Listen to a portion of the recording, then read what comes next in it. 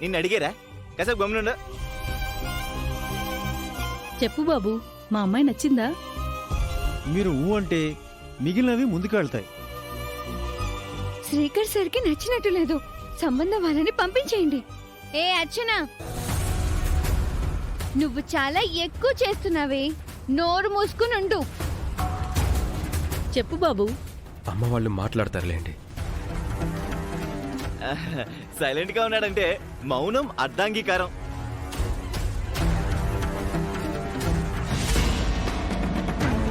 అవని madam వచ్చారు, అవని madam వచ్చారు.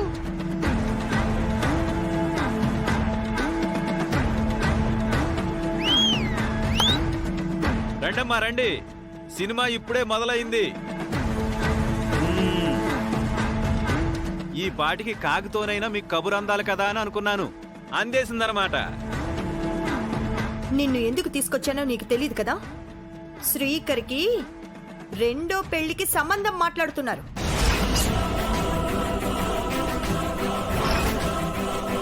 దారిలో వీళ్ళు కనిపించి మాట్లాడుకుంటుంటే విన్నాను.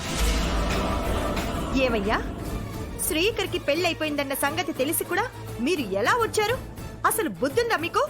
అన్నీ తెలిసే వచ్చాం. మీ కూతురికి రెండో పెళ్లివాడే కావాలా? మంచిగా మాట్లాడమ్మా. నేను ఏం తప్పు మాట్లాడాను?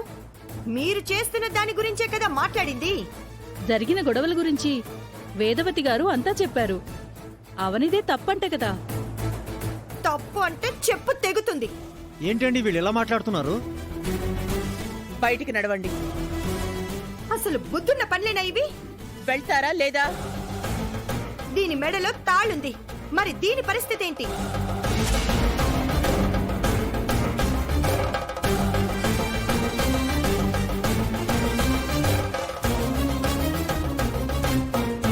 మరొక పెళ్లి చేసుకోవడం నీకు ఇష్టమే కదా. ముందు వేసిన 3 ముళ్ళు తెంచేయి, తర్వాత నీ ఇష్టం. నువ్వు నా చెల్లెల్ని పెళ్లి చేసుకోవడం మొదటి నుంచి మీ అమ్మకి ఇష్టం లేదు కదా. అయితే మీ అమ్మని తెంచేయమను. మేనకోడలి జీవితం ఏమైపోయినా పర్వాలేదు అనుకుని ప్రేక్షక పాత్ర వహిస్తున్నాడు కదా ఈయన. మీ నాన్ననైనా తీసేయమను. అప్పుడు నా చెల్లెలికి బ్రహ్మాండమైన సంబంధం చూసి నేను పెళ్లి చేస్తాను. రండి, మీలో ఎవరో ఒకరు ముందుకొచ్చి తాళిని తెంచేయండి. అంత ధైర్యం ఎవరూ చేయలేరక్క.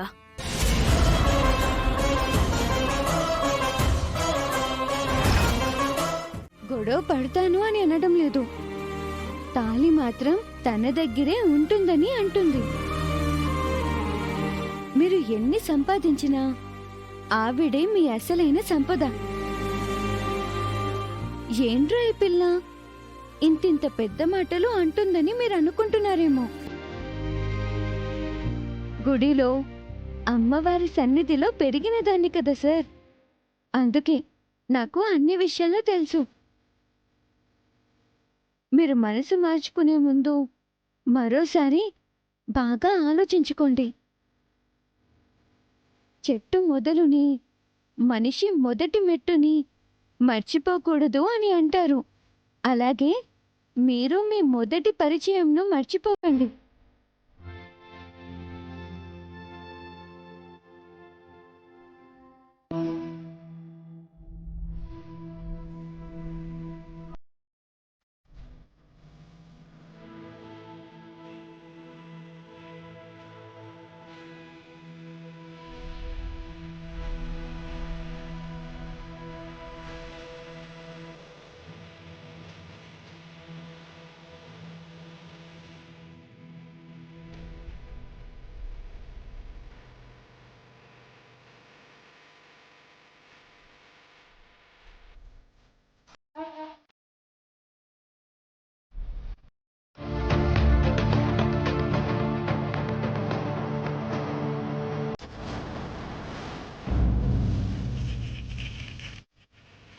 ఒంటరిగా ఉన్న నానమ్మ దగ్గరకు నిహారిక పెద్దమ్మ వెళ్తుంది అంటే ఖచ్చితంగా ఏదో విషయం నూరిపోయడానికే అయ్యుంటుంది.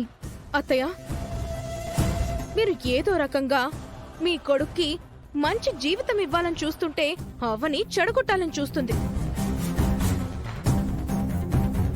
తనకున్న ఏకైక బలం ఆ తాళి మాత్రమే. ఆ తాళి అవని మెడ నుంచి బయటికి రాకపోతే శ్రీకర్కి ఇంకో పెళ్లి చేయడం అన్నది కాలలో కూడా అవ్వదు. నీ కన్ను ఎంతసేపు మా అమ్మ తాళి మీదే. సమయం చూసి నీకు సరైన బుద్ధి చెప్పాలి. ఏం చేయాలో తోచడం లేదు. ఏ సంబంధం వారొచ్చినా విడాకులయ్యాయా, తాళి తీసేసిందా అని అడుగుతారు, వెనక్కి వెళ్ళిపోతారు. అవునత్తయ్యా. అప్పుడు శ్రీకర్ జీవితం ఎడారి కోయిలలాగా ఎండిపోయిన చెట్టులాగా అయిపోతుంది. అందుకే శ్రీకర్ జీవితం పచ్చగా సంతోషంగా ఉండాలంటే తాళి తెగాల్సిందే. అడుగుతుంటే అవని ఇవ్వడం లేదు కదా. మనల్ని ఇబ్బంది పెట్టడానికి తన దగ్గరున్న ఏకైక అస్త్రం అది. అందుకే ఎందుకిస్తుంది? మాయల ఫకీర్ ప్రాణం చిలుకలో ఉందన్నట్టు శ్రీకర్ ప్రాణం ఆ తాళిలో ఉందని మన ముందు మెలోడ్రామాలు ప్రదర్శిస్తుంది, మనతో ఆటలాడుకుంటుంది. అందుకే ఎలాగైనా తాళి మన చేతికొచ్చేలా ప్లాన్ చేద్దాం.